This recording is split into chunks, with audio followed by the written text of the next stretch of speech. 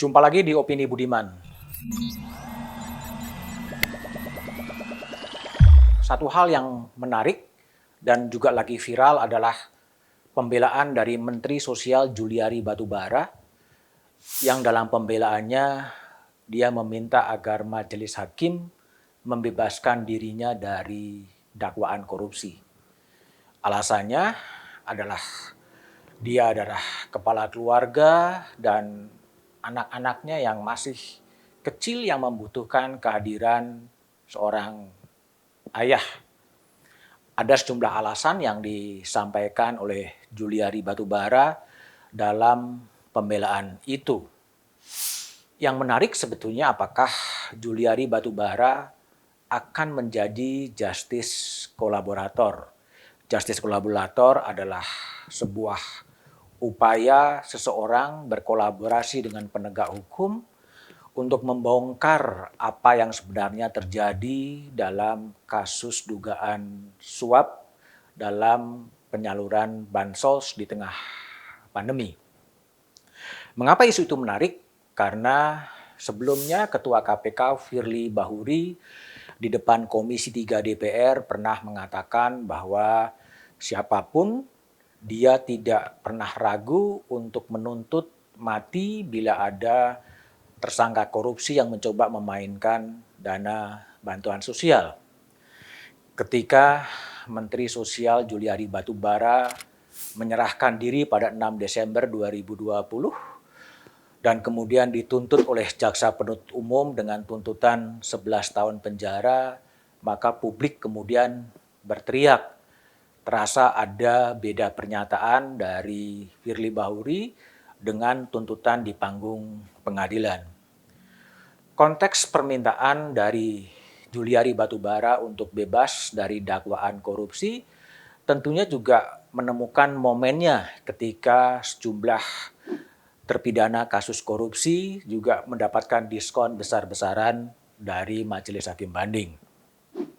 Dalam kasus Juliari Batubara, sangat wajar jika Juliari dalam perspektif kepentingannya untuk meminta pada majelis hakim untuk kemudian membebaskan dirinya. Ada alasan kemanusiaan yang disampaikan bahwa dia adalah kepala keluarga, dia punya istri, dia punya anak yang membutuhkan bantuan dan pendampingan dia.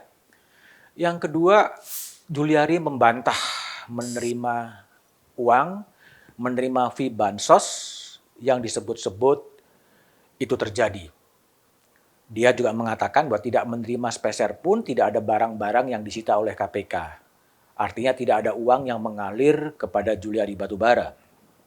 Yang ketiga adalah Juliari meminta maaf kepada Presiden Jokowi karena sebagai menteri dia telah lalai mengawasi anak buahnya sehingga terjadilah penyimpangan bantuan sosial dan itu merugikan citra dari Presiden Jokowi. Yang keempat, Juliari juga meminta maaf kepada Ketua Umum PDI Perjuangan, Megawati Soekarno Putri, karena keterlibatannya dalam kasus korupsi ini tentunya akan membawa PDI Perjuangan dalam posisi yang tidak mudah. Dihadapkan pada hujatan-hujatan, dihadapkan pada kritik dan kecaman-kecaman terhadap PDI Perjuangan. Untuk itulah kemudian Juliari meminta maaf kepada Presiden Jokowi dan Megawati Soekarno Putri.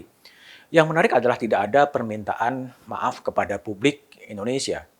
Nah, apakah kemudian Juliari berani untuk menjadi justice kolaborator?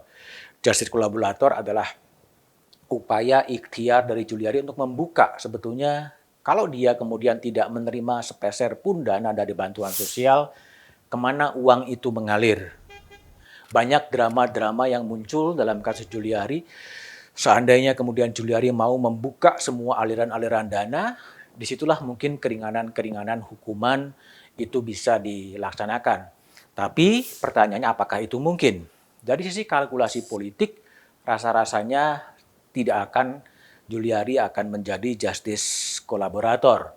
Karena tentunya adalah konstelasi politik di dalam KPK sendiri yang sedang mengembangkan penyelidikan dari kasus suap menjadi kasus korupsi yang ada unsur kerugian negara, dan pada sisi lain dengan hitung-hitungan politik yang ada sekarang, langkah yang paling tepat bagi Juliari adalah menunggu saja sampai kemudian vonis pengadilan pertama akan turun, vonis pengadilan banding akan turun dan mungkin akan ke kasasi, dan menunggu proses remisi-remisi yang kemudian akan diberikan.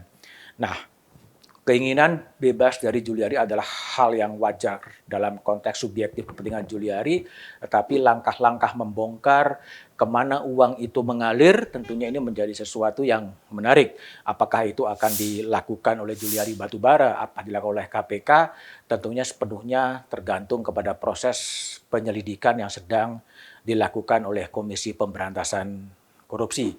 Kita nantikan saja bagaimana kemudian pembelaan dari Juliari itu direspon oleh Majelis Hakim Pengadilan Tidak Pidana Korupsi. Tapi apapun yang terjadi, janganlah pernah lelah untuk tetap mencintai Indonesia.